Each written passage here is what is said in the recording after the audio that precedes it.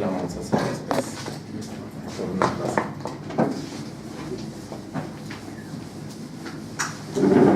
Para poder entender esto, que no han estado con nosotros en los estudios anteriores, voy a hacer un pequeño repaso para poder entender esto.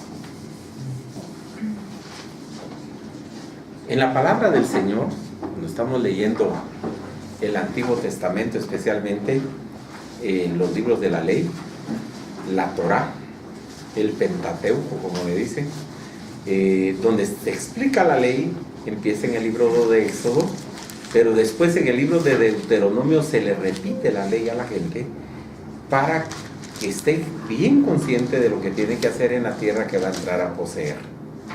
Pero si van a cruzar el Jordán, y antes de cruzar el Jordán, Moisés le recuerda la ley. Hay tres tipos de ley que nosotros encontramos en la Torá o en la Biblia. La ley en su sentido político, que son los 10 mandamientos. ¿Están vigentes el día de hoy, sí o no? Sí. Están vigentes hoy y sirven para hablar sobre nuestra relación con Dios y para moderar la relación con nuestros semejantes. La mayoría de constituciones de las repúblicas de todo el mundo, sus leyes están basadas en parte de los 10 mandamientos. Conocemos que los 10 mandamientos tienen 2 tablas. La primera tabla tiene 3 mandamientos y la segunda tabla tiene 7 mandamientos. La primera tabla es la que rige nuestra relación con Dios. No tendrás dioses ajenos delante de mí, no tomarás el nombre de tu Dios en vano y santificarás el día de reposo. Los otros 7 tienen que ver con nuestra relación con el prójimo. Honra a tu padre y a tu madre, no matarás, no fornicarás, no dirás falso testimonio contra tu hermano, no hurtarás, no codiciarás a la mujer de tu prójimo, no codiciarás ni su casa, ni sus esclavos, ni su buey, ni todo, ni ninguna cosa que le pertenezca. Esto nos da un resumen. Amarás al Señor tu Dios con todo tu corazón, con toda tu alma, con todas tus fuerzas, y amarás a tu prójimo como a ti mismo. Este es el resumen de la ley. Amor a Dios y amor al prójimo. Esa ley, los 10 mandamientos, están vigentes hasta el día de hoy.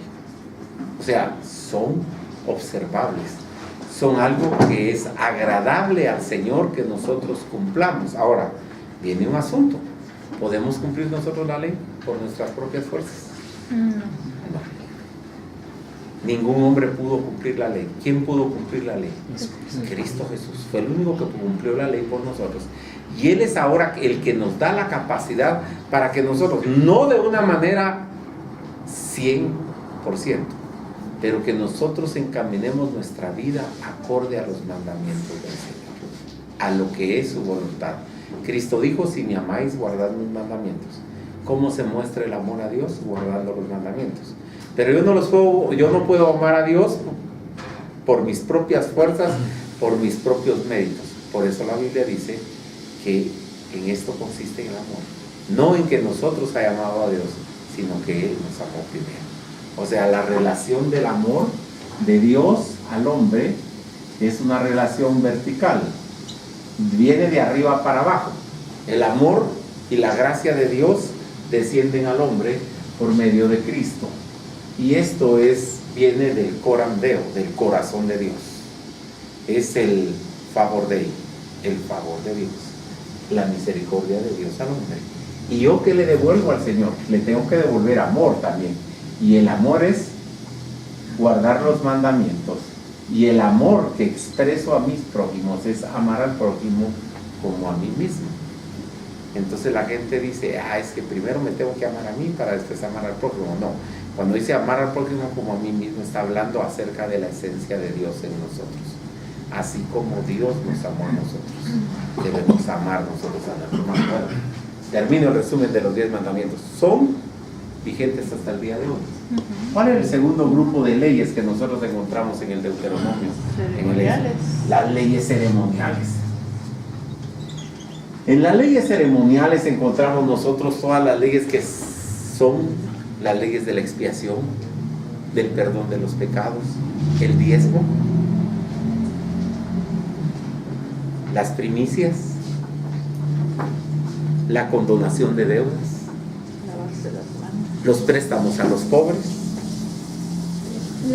leyes de los esclavos y consagración de los primogénitos dentro de los animales. Todas estas leyes pertenecían a un cúmulo de leyes ceremoniales que tenía el pueblo de Israel, cuyas leyes ceremoniales para la iglesia del Señor Jesucristo ya no están vigentes. ¿Por qué? Porque era figura de Cristo y porque Cristo la cumplió por nosotros. Y esa ley sí la abolió Cristo, y la abolió Cristo y el sacrificio vicario que hizo en la cruz del Calvario. Y había un tercer grupo de leyes, las leyes civiles del pueblo de Israel. Estas leyes normaban, por ejemplo, si un hombre se casaba con una mujer y se moría y no le levantó hijos, el hermano de él tenía que llegar con ella y a levantarle prole, redimirlo. Había leyes que tenían que ver, si alguien violaba el día de reposo, muera irremisiblemente y los apedreaban. Este tipo de leyes no puede tener vigencia, no puede. Nuestras constituciones y organizaciones sociales no nos regimos bajo la ley civil que tenía el pueblo de Israel. Los árabes, que tienen una ley civil que se llama la Sharia, ellos sí quieren que la gente cumpla esa ley. Sí, apedrean. Y siguen apedreando mujeres, siguen degollando hombres, y si alguien es ladrón le cortan la mano. O sea, son leyes. Nosotros no tenemos vigencia. ¿Cuáles son los únicos mandamientos que tenemos vigentes? Entonces, los 10 mandamientos. Esos son los mandamientos que tienen que ver con nuestra relación con Dios, con el prójimo. Entonces, aquí viene la primera pregunta, como del jueves pasado que vimos. Alguien me va a preguntar, bueno, pastor, ¿y entonces quiere decir que el diezmo no es obligatorio? No. El diezmo era parte de las leyes ceremoniales.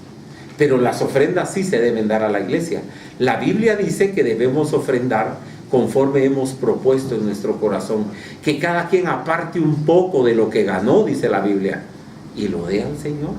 O sea, la ofrenda no la quitó, pero el diezmo como tal. Y ustedes cuando oyen a esos pastores vociferar y decir, ustedes son ladrones porque la Biblia dice me habéis robado, porque no diezmáis, y que el diezmo aquí, que el diezmo allá, no les hagan caso. El diezmo es una ley que Cristo abolió en la cruz del Calvario. Eso no significa que no debemos ofrendar. Eso no significa que nosotros no vamos a aportar para nuestra iglesia, para el desarrollo de nuestra iglesia, para el evangelismo, para las misiones, para el desarrollo espiritual de nuestra gente y para la obra social. Oigan bien lo que les dije de último, y para la obra social. Y ahorita vamos a ver eso.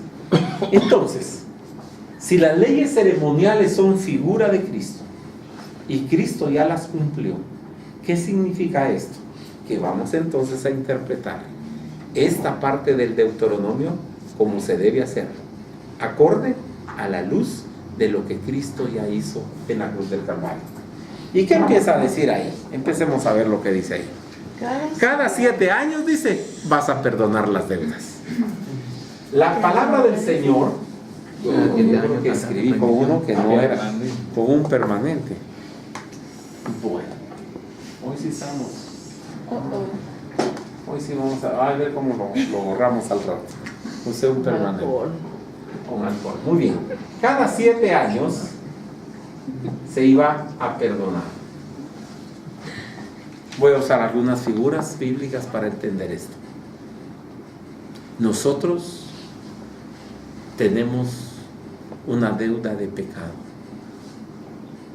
Somos pecadores. Y vamos a recordar aquella parábola. Había un hombre que le debía una gran cantidad de dinero a su señor. Y cuando llegó la hora de cobrar, se le arrodilla y que le dice: perdóname la deuda. Y dice que aquel hombre fue movido a misericordia y le perdona la deuda. Y cuando salió perdonadito,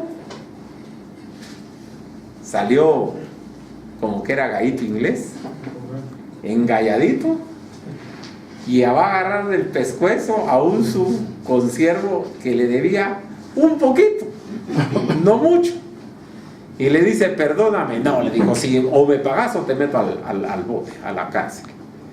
Y no le pagó y lo metió a la cárcel.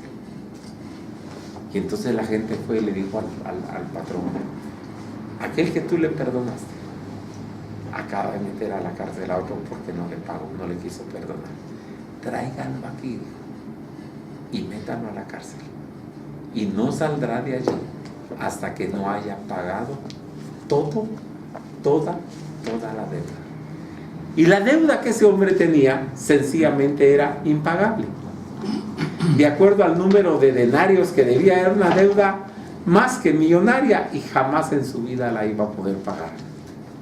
Todos nosotros tenemos una deuda de pecado que un día tendríamos que pagar con la condenación eterna. Sin embargo, Dios le estaba mostrando al pueblo de Israel que había misericordia, que no todo era ley. Y estas leyes son evangelio. Perdonar una deuda es ley o es evangelio. Es el más puro evangelio, porque nos recuerda a nosotros que Dios nos perdonó por su gracia esa deuda de pecados que nosotros teníamos y que veníamos arrastrando. Ahora, ayer era cada 7 años, un periodo. 7 nos enseña a nosotros un periodo, 7 días, 7 años. O sea, periódicamente iba a darse ese perdón. Pero ahora que estamos viviendo en la gracia de Dios, en el Evangelio, en su reino, nosotros tenemos acceso al perdón cada 7 días, cada 7 años, o cada 4, hermanos. Siempre. Cada día nosotros tenemos el perdón de nuestros pecados. Cuando recurrimos a la sangre de Cristo y confesamos nuestros pecados, decimos: Señor, perdóname. Yo recuerdo que en mi bautismo le dice uno al Señor: he muerto al pecado y estoy vivo para Cristo. Por lo tanto, perdóname mis pecados. Yo quiero vivir la vida nueva con Cristo Jesús.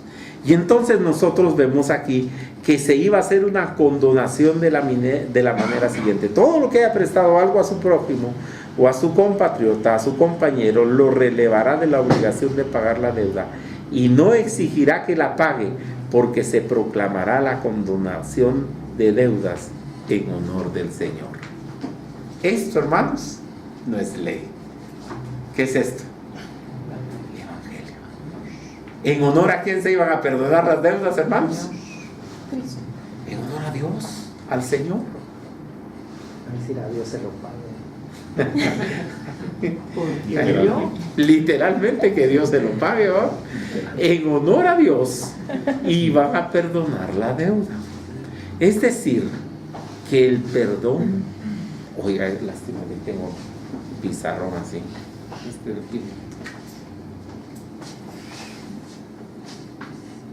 Yo creo que estoy escribiendo con el mismo. No, está bien. Eso está bueno. Bien. El perdón, hermanos, es un don de Dios. Aquella canción, no me gusta esa canción, pero que te perdone Dios, dice. La canta Carlitos. Esa la canta Carlitos, ¿verdad? Carlitos canta: que te perdone Dios, que te perdone. Bueno, les voy a decir algo. A mí me cae mal esa canción, no me gusta. Pero les voy a decir algo. Pero de risa. Pero dice una cosa que es cierta: ¿quién es el que perdona? Un día le llevan a un paralítico a Cristo Jesús y lo bajan del techo. Y los compañeros lo bajan del techo y lo ponen enfrente de Cristo. Aquel paralítico, y con todo y su cama, con todo y su lecho. Y le dice el Señor, se le queda viendo. Y le dice las palabras más hermosas que alguien puede oír. Por supuesto, no eran las que él quería oír, pero eran las palabras más hermosas que Dios le puede decir a alguien. ¿Y qué fue lo que le dijo Jesús a este hombre? Tus pecados te son perdonados. Y de veras, más lindo que la mujer le diga a uno que te quiero, te amo, mi amor, es que Dios le diga a uno, mira, tus pecados te son perdonados, porque después de eso todo lo demás va bien, porque ya tenemos el perdón de Dios. Y entonces viene Jesús y le dice, tus pecados te son perdonados. Y aquella gente como que digo, yo pensé que iba a ser un milagro, ¿no? ¿Y saben qué dijeron los fariseos? ¿Quién es este que perdona pecados? ¿Los pecados solo los perdona? Dios. Y entonces se para el Señor Jesucristo, que leyó su mente y se los agarró en fly y les dice, para que miren que el Hijo del Hombre perdona pecados, o sea, para que vean que yo soy Dios también. A ti te digo, levántate, toma tu lecho, vete a tu casa, tu fe te ha salvado, ven paz. Y agarró la camita, se levantó, pegó un brinco y salió alabando a Dios. ¿Qué podían decir la gente? Entonces, vamos a otra cosa que yo siempre les he predicado. ¿Cuál es el oficio de Dios, hermano? Perdonar pecados. Perdonar pecados. ¿Qué se mantiene haciendo Dios? Perdonando nuestros pecados. Todos le andamos pidiendo perdón a Dios. Entonces Dios perdona. ¿Y cuál es el oficio del hombre entonces? Pecar. No, si el oficio de Dios es pedir perdón, perdonar, el oficio del hombre es andar pidiendo perdón, porque reconocemos que somos pecadores. Es cierto, tenemos el oficio de pecadores, primita, pero el oficio realmente del cristiano es pedir perdón. Entonces aquí viene una cosa, Dios perdona y yo le pido perdón.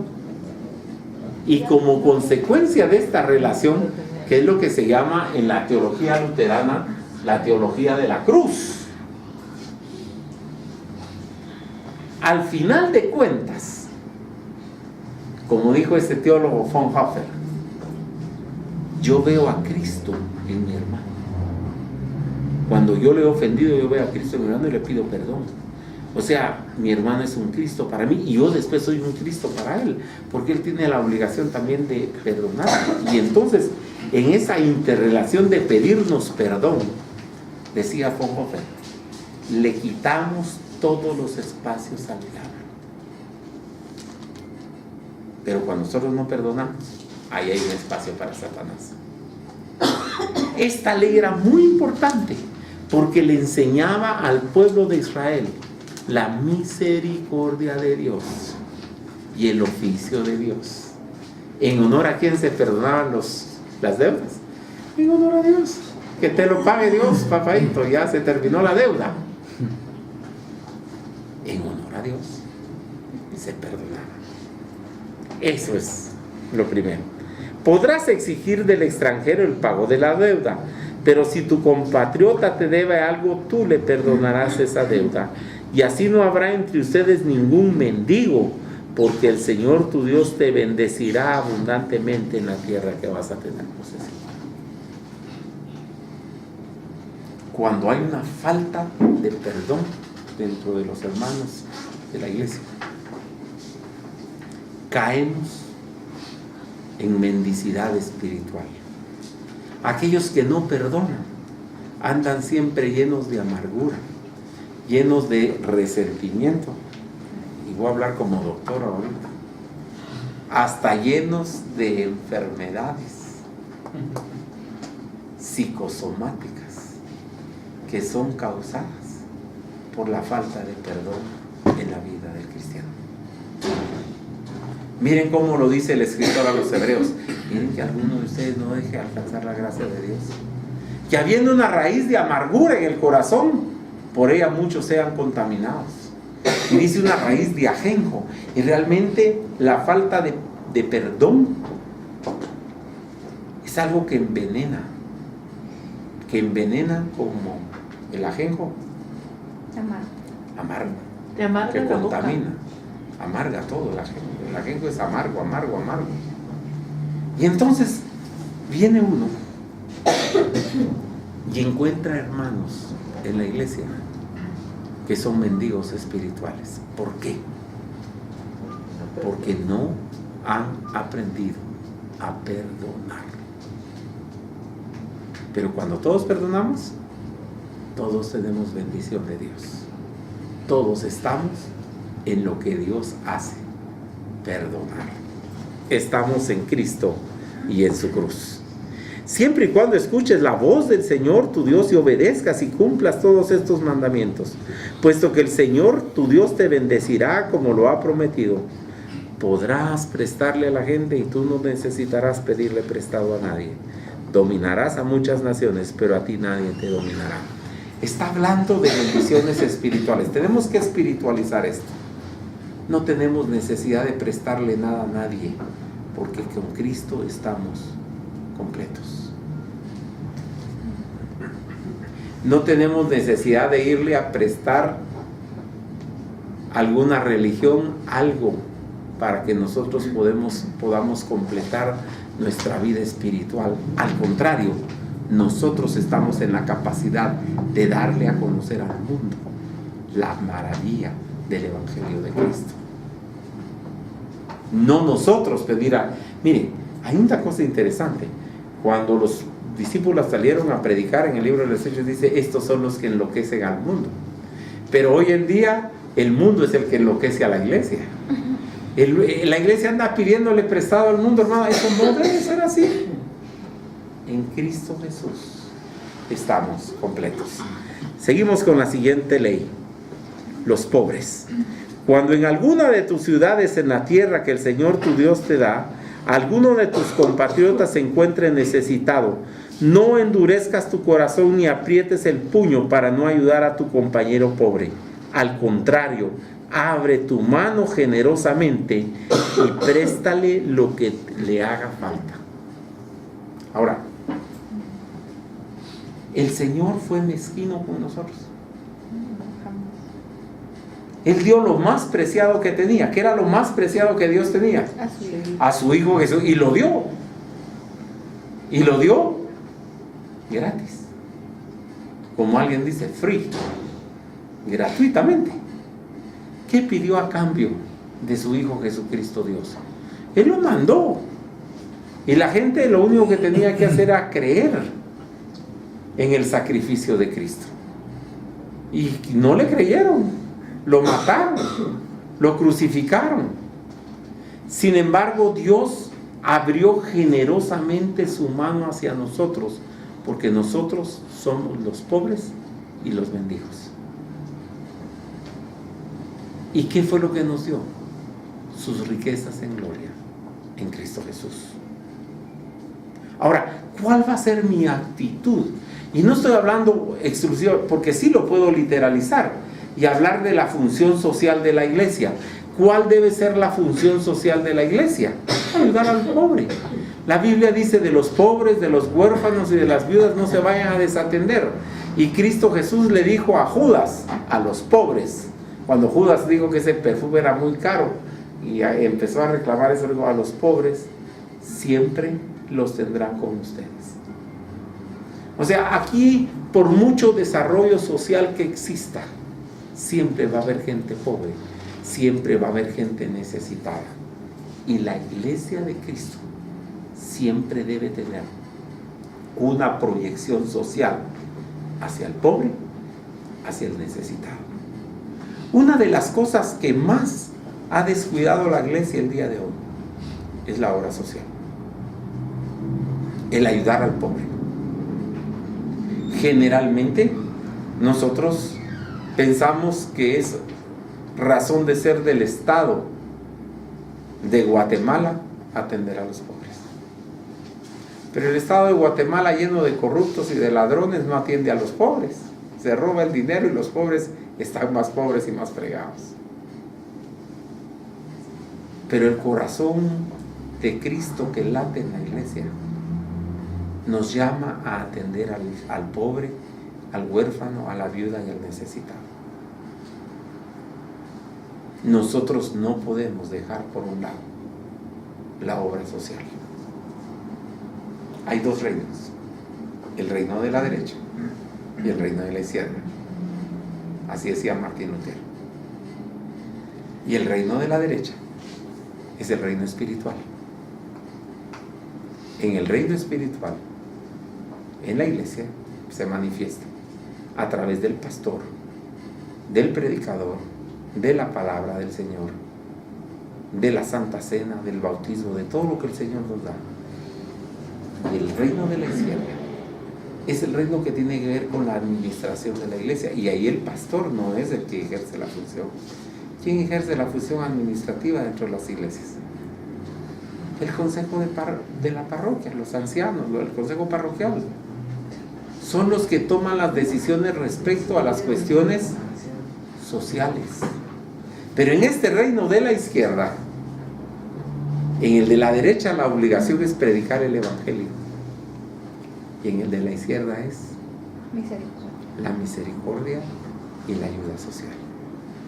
¿Qué fue lo que le dijo los apóstoles? Y ahí se mira bien los dos reinos. Están los apóstoles y van a elegir diáconos. Y dice Pedro: no podemos dejar nosotros la oración y la predicación de la palabra por ponernos a ayudar a servir a las mesas de las viudas. Busquen hermanos ahí que hagan este trabajo. O sea, no era malo hacer ese trabajo, era una responsabilidad de la iglesia, pero no es del pastor, es de la iglesia.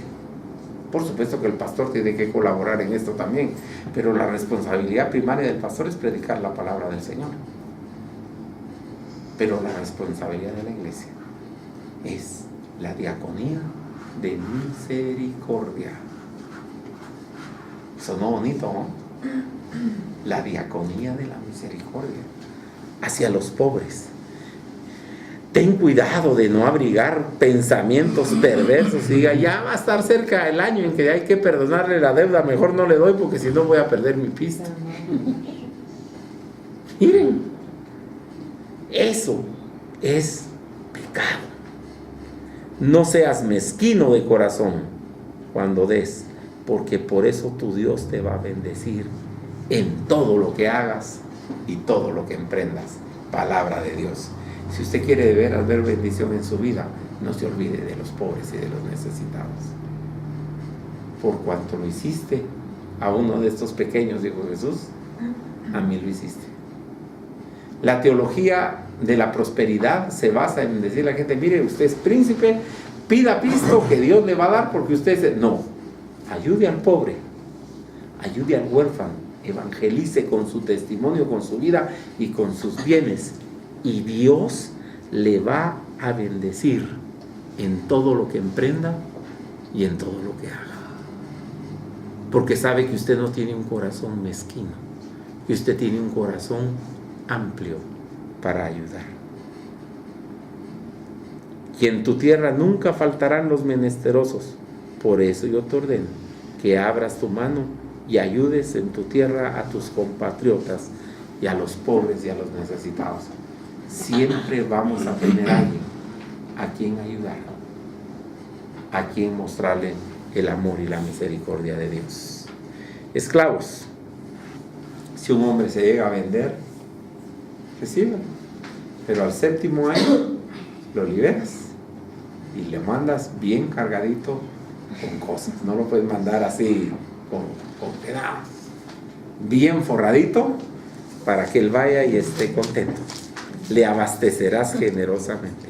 Acuérdate que fuiste esclavo en Egipto. Hermanos, cuando alguien está con algún problema como la esclavitud, nosotros debemos ayudarle a salir de esta esclavitud, ya que generosamente pueda empezar a vivir en Cristo. Pero había otro tipo de esclavo, y esa es la actitud del cristiano. No me quiero ir, yo amo a su familia, déjeme en su casa. Se agarraban la oreja, se la machucaban, te quedas aquí. Dice en Romanos, hay 3 palabras para hablar sobre esto de la esclavitud. Agorazo, el mercado de esclavos. Ahí están todos los esclavos. Y Satanás es el que los tiene gobernados ahí. Entonces llega un hombre al mercado de esclavos y paga el precio por el esclavo y lo saca de ahí. Eso se llama ex-agorazo. Va para afuera. A la reja, le dicen, y a la reja, y va para afuera. Pero cuando va para afuera, ocurre algo.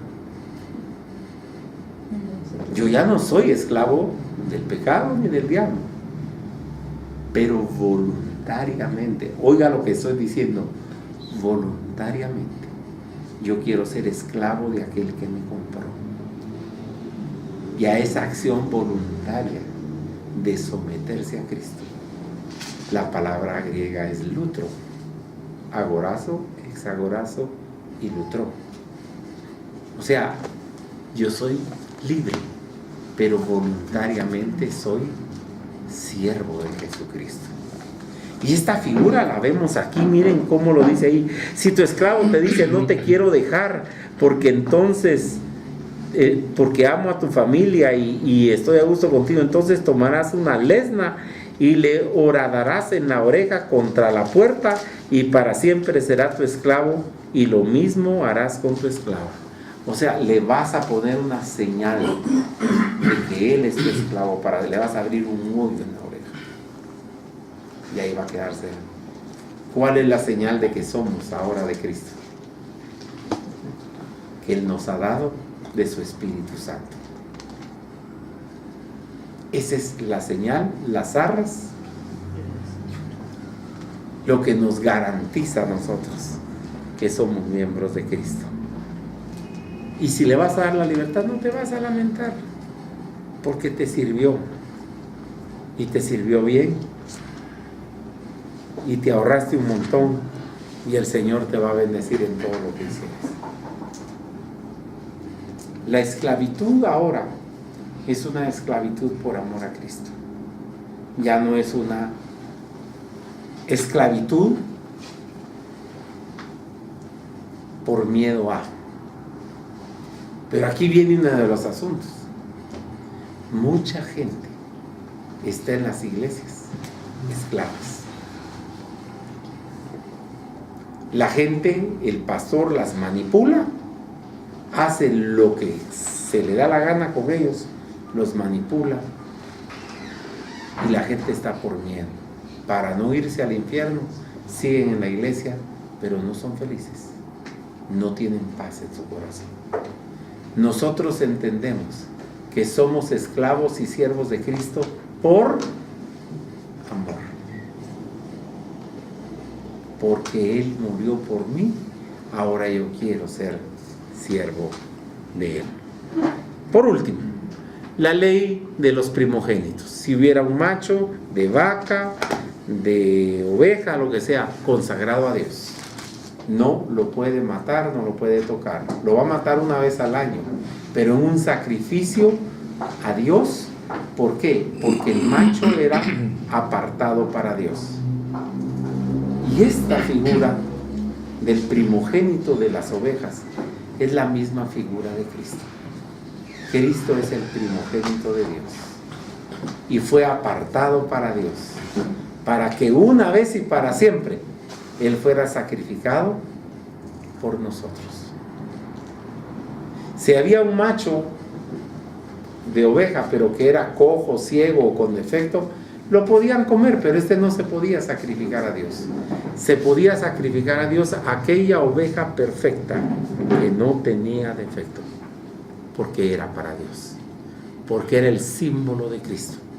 La oveja apartada para Dios, sin defecto, que entregó su vida para el bienestar nuestro.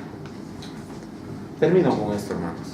Vamos a seguir viendo leyes en nuestro estudio bíblico, pero siempre sabemos una cosa, que estas leyes eran figuras de Cristo, eran leyes ceremoniales, figuras de Cristo, que lo único que nos daban a entender era el amor, la gracia y la misericordia de Dios. Y estas leyes que vimos ahorita son el más puro evangelio. Nos hablan de la misericordia a los pobres, la condonación de las deudas, la libertad a los esclavos. Eso es puro evangelio, hermanos. Es la misericordia de Dios, es la gracia de Dios, es el favor de Él. Si alguien tiene algún comentario, escuchamos ahorita comentarios, y si no, procedemos a la